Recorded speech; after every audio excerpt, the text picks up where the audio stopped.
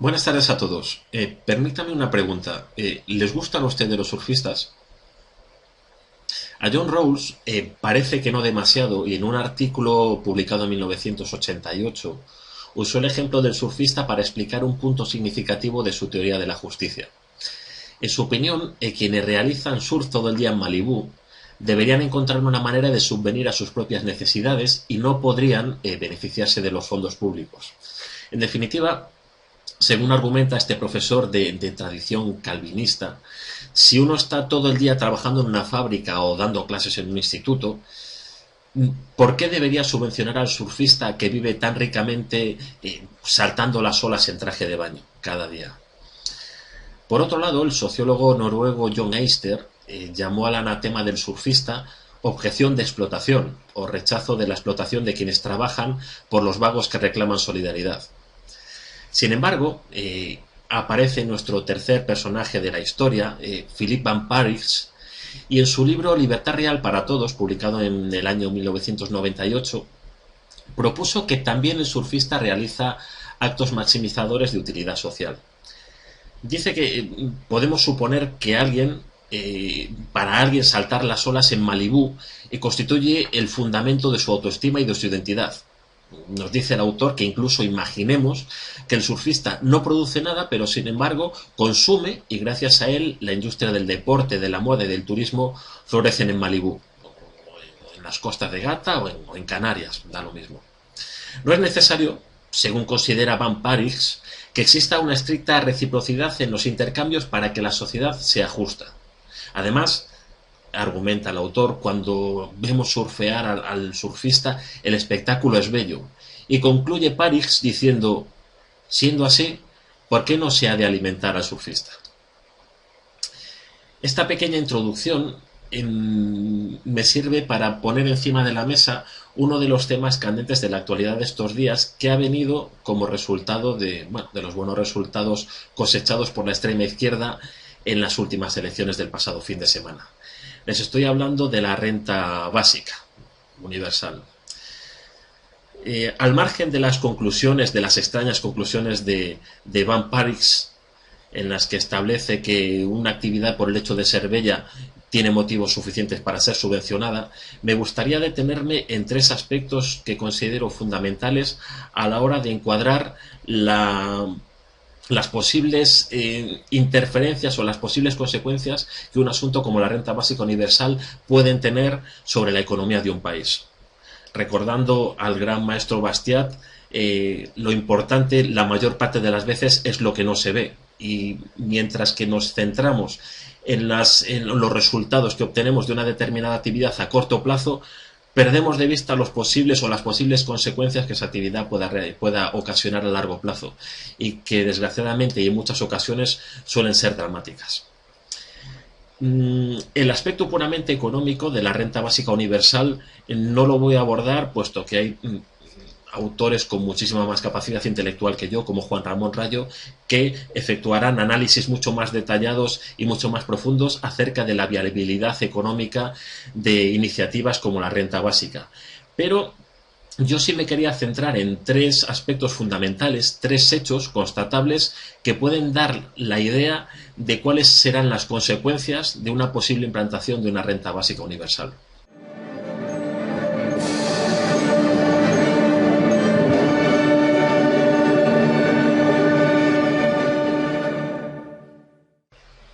El primero de los puntos del que me gustaría hablarles es un aspecto que seguramente va a ser uno de los principales argumentos o va a formar parte del argumentario de todos aquellos defensores de la implantación de una renta básica universal.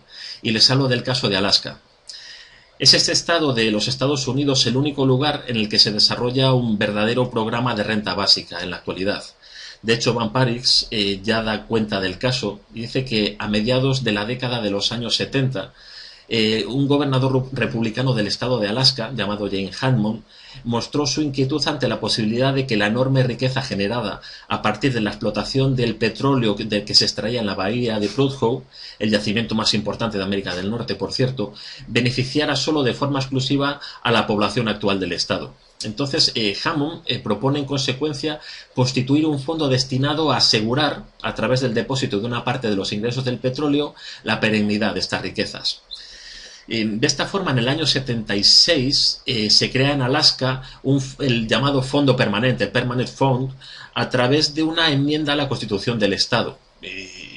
A fin de interesar a la población de Alaska en su durabilidad y en su crecimiento, el gobernador Hammond idea la asignación anual de un dividendo de esta empresa a todo residente y en proporción al número de años de residencia.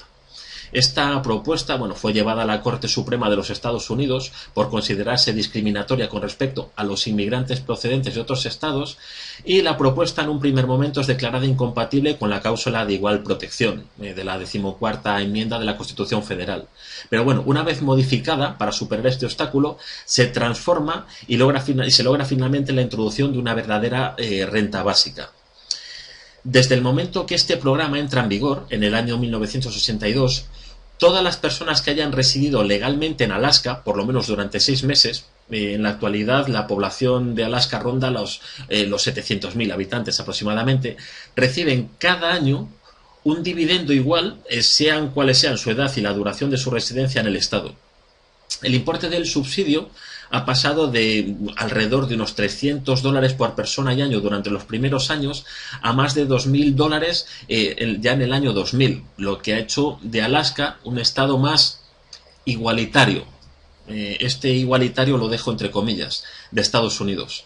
Posteriormente, a partir del año 2000, ha descendido esta asignación mensual como consecuencia de la incertidumbre asociada a procesos bursátiles y a las crisis sistémicas acaecidas en años siguientes. Del caso de Alaska, llama nuestra atención 3 cosas principalmente. Una, que la renta básica conferida por dicho estado es financiada con las ganancias de un recurso natural valiosísimo como es el petróleo. Llama la atención también que la dotación anual es bastante modesta, dado que es un recurso natural valiosísimo y que el número de residentes de ese estado es reducidísimo. Hablamos de 750.000 personas. Y nos llama también la atención que quienes proponen la renta básica afirman satisfechos que Alaska es el estado más igualitario de Estados Unidos. Estas 3 cosas que acabo de destacar nos hacen preguntar lo siguiente. Por un lado, si la medida adoptada en Alaska favorece el ahorro. Por otro lado, si las ganancias de la explotación de un recurso tan valioso como el petróleo apenas alcanza para cubrir una modesta renta anual a 700.000 ciudadanos, díganme cómo se podría financiar la renta básica en un país como España de 48 millones de personas. Y en último lugar, dado que la palabra igualitario está de moda, al punto que muchas veces genera lo que no dudamos en calificar de fetichismo igualitario, preguntamos lo siguiente: ¿acaso el carácter igualitario de una sociedad garantiza su progreso?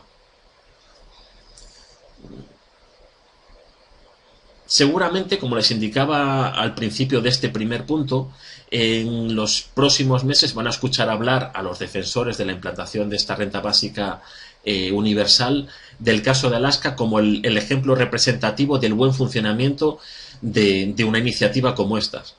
Por ello, recuerden, Alaska puede financiar esto exclusivamente por 2 motivos. Primero, una población mínima y segundo, una abundancia de recursos naturales que permiten financiar y subvencionar este tipo de políticas. En otro caso sería completamente inviable.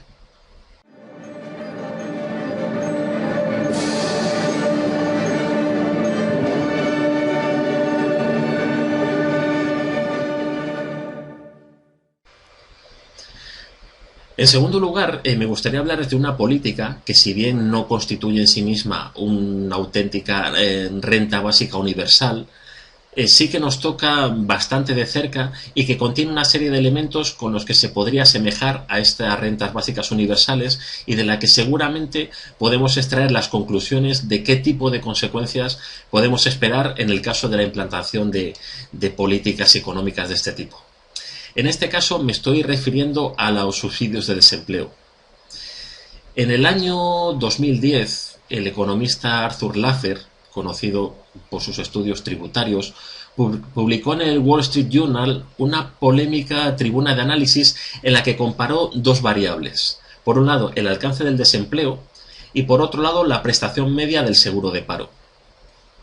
Evaluando ambos indicadores para un periodo de casi 40 años, un periodo lo suficientemente grande, Laffer llegó a la conclusión de que aumentar la prestación del subsidio de desempleo anima a permanecer en el paro y desincentiva la búsqueda de empleo. Años después, organismos tan importantes como el Instituto Elcato decidieron estudiar hasta qué punto los diferentes subsidios del estado de bienestar desincentivaban también la búsqueda de empleo, llegando a unas conclusiones muy parecidas a las obtenidas por Laffer en años anteriores. Si una renta de subsistencia temporal, como es un subsidio de desempleo, desincentiva, como se ha podido demostrar en numerosos estudios, la búsqueda de empleo, pueden ustedes sacar las conclusiones acerca de las consecuencias que puede producir un subsidio de desempleo completamente indefinido, a la hora de desincentivar la búsqueda de otros empleos y por ende de la creación de riqueza.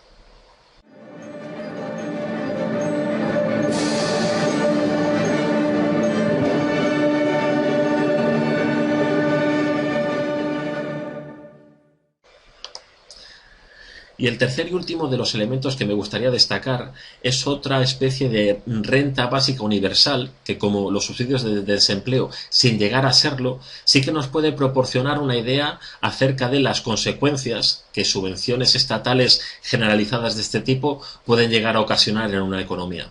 En este caso, en este último caso, quería hablarles un momentito del PER, del Plan de Empleo Rural. El plan de empleo rural supone que los trabajadores del campo andaluces, también extremeños, pasen 6 meses cobrando el subsidio agrario cuando en realidad tienen, con las últimas reformas, 20 peonadas al año. Es decir, que con 40 jornadas de trabajo anuales pueden percibir un subsidio de 420 euros al mes. Si en una familia, por ejemplo, varios de sus miembros cobran el PER, entonces esa familia pues ingresaría unos 1.600, 1.700 euros al mes durante todo un año, con 40 jornadas de trabajo por cada una de las unidades familiares. Fíjense, si esto ya es de por sí una política social mal entendida, lo es todavía mucho más cuando se tiene en cuenta que muchos empresarios agrícolas españoles tienen que traer a inmigrantes a trabajar para recoger sus cultivos, porque los trabajadores agrarios andaluces, en cuanto han reunido las peonadas que les dan derecho al PER, se van a su casa y ya no quieren saber nada más del resto. ¿No sería más lógico que los beneficiarios de esta política se les obligara, por ejemplo, a recoger la fresa en Huelva, ya que cobran el subsidio agrario, en vez de que los oscenses pues tengan que traer a extranjeros para hacer la misma labor? O, por ejemplo, que se dedicaran a recoger los cultivos de Almería. ¿No sería esto mucho más productivo? Bueno, pues eso que a ustedes les parece de sentido común, a los que defienden el PER no. De forma que, salvando las distancias, pero añadiendo los puntos que tienen en común, este tipo de subsidios, este tipo de rentas que garantizan la subsistencia de una familia durante un año, generan, en último término, este tipo de políticas. No incentivan la búsqueda de otros tipos de empleo, ni incentivan el esfuerzo individual para conseguir generar rentas que sí realmente sirvan para producir determinadas ayudas o determinados subsidios que en un momento determinado pueden ser necesarios. El ejemplo de Alaska, como el ejemplo que no se debe poner como elemento fundamental a la hora de defender la renta básica universal en base a esas características tan específicas que tiene Alaska, recordemos, el petróleo y una población bajísima, por un lado. Por otro lado, el ejemplo que tenemos en España de los subsidios de desempleo y los estudios llevados a cabo por Laffer y por centros de estudios internacionales como el Instituto Elcato a la hora de definir el subsidio de desempleo como un obstáculo para la búsqueda de empleo. Y en tercer lugar, las consecuencias que generan subsidios anuales como el PER en poblaciones que posteriormente no buscan, no tienen incentivos para encontrar ni para buscar mejores trabajos, creo que son elementos bastante significativos como para tomar una postura determinada acerca de las maravillosas ofertas que la extrema izquierda nos trae para triunfar en las próximas elecciones. Ahora les queda a ustedes darle una vuelta y razonar al respecto. Un fuerte abrazo liberal.